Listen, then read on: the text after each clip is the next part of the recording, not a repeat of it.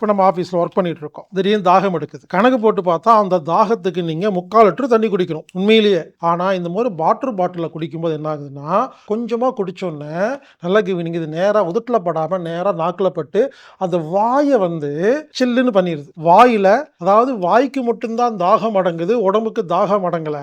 கொஞ்சமாக குடித்த உடனே நம்ம மூளை என்ன சொல்லுதுன்னா போதும் அப்படின்றது. உடனே என்ன பண்ணுறோம், பாட்டில் வச்சிடறோம். ஆமாங்க, நீங்கள் சோதனை பண்ணி பாருங்க. இப்போ காரில் ஒருத்தர் டிரைவ் பண்ணி போறான்னு வச்சுக்கோங்களேன், ஒரு டிரைவர், கால் டாக்ஸி டிரைவர்னு வச்சுக்கோங்களேன், அவர் கார் எடுத்துட்டு போறாரு, 500 கிலோமீட்டர் ஓட்டுறாருங்க. நீங்க அவரை கேட்டு பாருங்க, 500 கிலோமீட்டர் ஒரு 10 மணி நேரம் ஓட்டுறாருன்னு வச்சுக்கோங்களேன், ஒரு பாட்டில் தண்ணி கூட குடிக்க மாட்டாருங்க. ஏன்னா வாட்டர் பாட்டிலில் தண்ணி குடிக்கும் பொழுது நமக்கு போலியான ஒரு திருப்தி ஏற்படுது.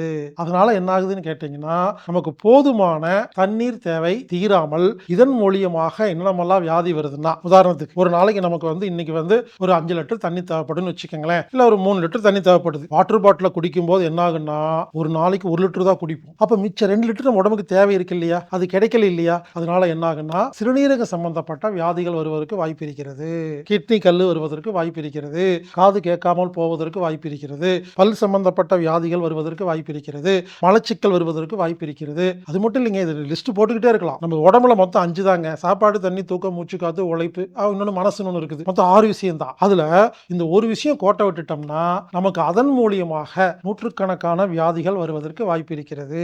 அதனால இனிமேல் இந்த மாதிரி பாட்டில தண்ணி குடிக்கிறதா இருந்தா நீங்க வச்சுக்கோங்க, நான் வேண்டான்னு சொல்லல, தண்ணி எடுத்துட்டு போறதுக்கு வச்சுக்கோங்க. ஆனா இதுல குடிக்காம நான் என்ன சொல்ல வரேன்னு கேட்டீங்கன்னா, பாருங்க, இந்த மாதிரி டம்ளர் யூஸ் பண்ணுங்க, இல்லைன்னா வந்து சொம்பு யூஸ் பண்ணுங்க. நான் சின்னதா காமிக்கிறேன், நீங்க வீட்டுல பெருசா இருந்தா நீங்க எடுத்துக்கங்க. இந்த மாதிரி சொம்புல குடிச்சு பாருங்களேன், குடிச்சு பாருங்க, ஆச்சரியமா இருக்குங்க. நல்லா செக் பண்ணி பாருங்க. ஒரு நேரம் தாகம் எடுக்குது, வாட்டர் பாட்டில குடிச்சு பாருங்க, கொஞ்சமா தான் குடிக்கும். சொம்புல குடிச்சு பாருங்க, 2 சொம்பு குடிப்போம். அப்போ உண்மையாக நமது உடம்புக்கு எவ்வளவு தண்ணி வேணும் அப்படிங்கறத தெரியணும்னா சொம்பு இல்லைன்னா டம்ளர் யூஸ் பண்ணுங்க. இதோட பெரிய டம்ளர் யூஸ் பண்ணுங்க. பாருங்க, இதோட பெரிய டம்ளர் யூஸ் பண்ணலாம். எந்த அளவுக்கு பெரிய சொம்பு யூஸ் பண்றீங்களோ உண்மையான தாகம் தெரியுங்க.